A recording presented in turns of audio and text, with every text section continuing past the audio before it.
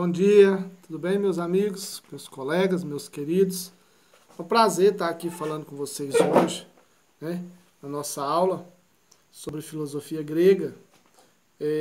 Aristóteles, principalmente Aristóteles, vem nos falar sobre o espanto para a filosofia grega, na visão aristotélica e na visão de grande parte dos pensadores, é que o espanto é aquilo que nos traz a despertar a curiosidade em nós. Então, segundo eles, quando nós nos espantamos, quando nós tomamos um susto com algo, é como se despertasse lá no nosso íntimo a curiosidade, a busca pelo conhecimento, mobilizando assim as nossas reflexões acerca de pensar as coisas, de pensar aquilo que está à nossa volta, de pensar aquilo que está dentro do nosso contexto socioeconômico, social, político. E na grande maioria das vezes, nós paramos para pensar somente quando nós nos assustamos, quando nós tomamos um espanto com algo. Essa é uma visão, é uma teoria, né? É uma hipótese chamada de hipótese aristotélica, certo? Hipótese aristotélica do conhecimento filosófico. Então, para Aristóteles, esse surgimento da filosofia nasce. A filosofia nasce, basicamente, a filosofia grega, nasce no momento em que há um determinado espanto com aquilo que está à volta daquela sociedade, aquilo que nos envolve, né? No nosso tempo, talvez hoje não seria diferente. Muitas vezes nós despertamos a curiosidade desperta em nós quando nós tomamos um choque, meio que um espanto, nos assustamos com algo, nos deparamos em situações tão difíceis e de repente nós começamos a pensar uma forma de solucionar, uma forma de resolver, uma forma de dar uma explicação para aqueles fatos que nos acontecem no decorrer da nossa vida. E no nosso cotidiano, no meio educacional, durante os nossos estudos, nós percebemos que há sim uma interferência naquilo que nós estamos vivendo, com aquilo que nós pensamos, com aquilo que nós buscamos resolver. E é essa reflexão, é essa visão, participação da mente humana que se dá o surgimento da filosofia.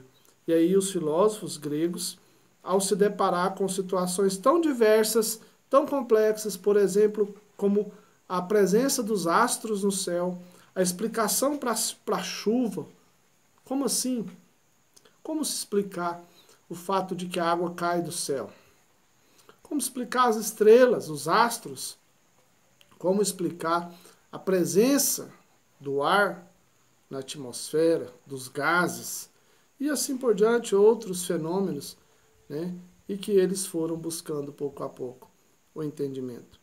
No tempo deles, o que mais chamava a atenção era a astrologia, matemática, certo? A natureza, meio ambiente, a natureza, inclusive a natureza humana.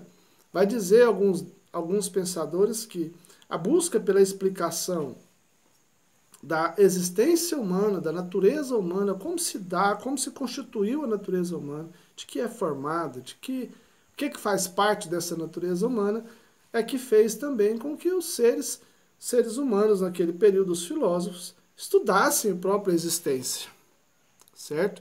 Estudar a sua própria existência fez parte do pensamento grego, porque é necessário entender as nossas origens, é necessário entender como nós viemos, de onde viemos, para que viemos. Então, essas perguntas, onde, como, por quê, para quê, são perguntas que espantaram os filósofos gregos e os pré-socráticos, principalmente, né? E mais tarde Platão, Aristóteles buscaram respostas, buscaram compreender de forma racional, claro, com o uso da reflexão, da meditação, com o uso do buscar respostas para as catástrofes, certo? E assim nasceu, segundo Aristóteles, a filosofia como nós conhecemos hoje, certo? Como nós conhecemos hoje, foi a busca do pensamento, a admiração pelo saber.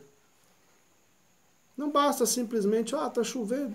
Eu quero saber, despertou em mim a curiosidade, despertou em mim aquele prazer de querer saber como se faz a chuva.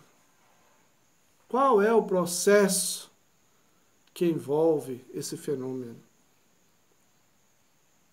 Como assim o sol, essa luz tão forte, que nos clareia e de repente se vai à noite, e vem a lua, vem as estrelas, e assim por diante.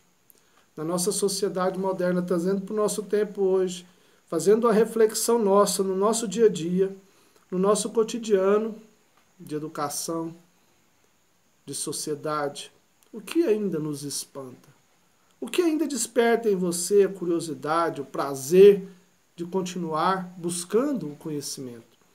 Aquilo que faz com que você busque lá dentro de você forças para continuar a se mover, a se movimentar dentro de um processo de busca de aprendizado, de conhecimento, de sabedoria, racionalmente falando.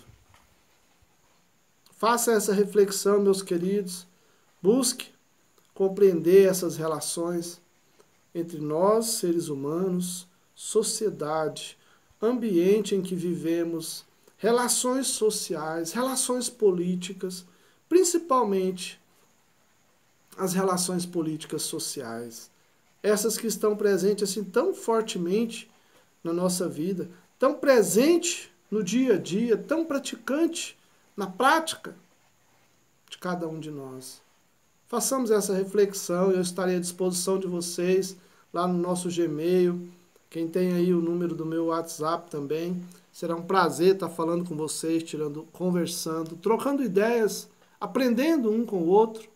Acho que essa dinâmica de aprendizado, essa troca de informação, de experiência, faz parte do saber, faz parte da filosofia, do conhecimento.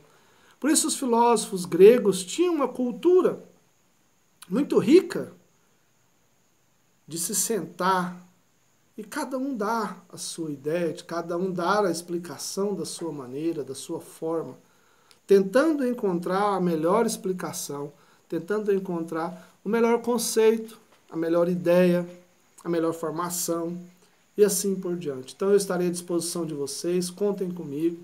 Até a nossa próxima aula. Um grande abraço, tá, do professor Fernando aí para vocês. Meu Gmail está à disposição, tá? O GR8, nós estamos à disposição por meio do GR8. Usem as ferramentas que nós temos, se comuniquem, troquem ideias, participem. Ok? Um grande abraço para vocês, até a próxima.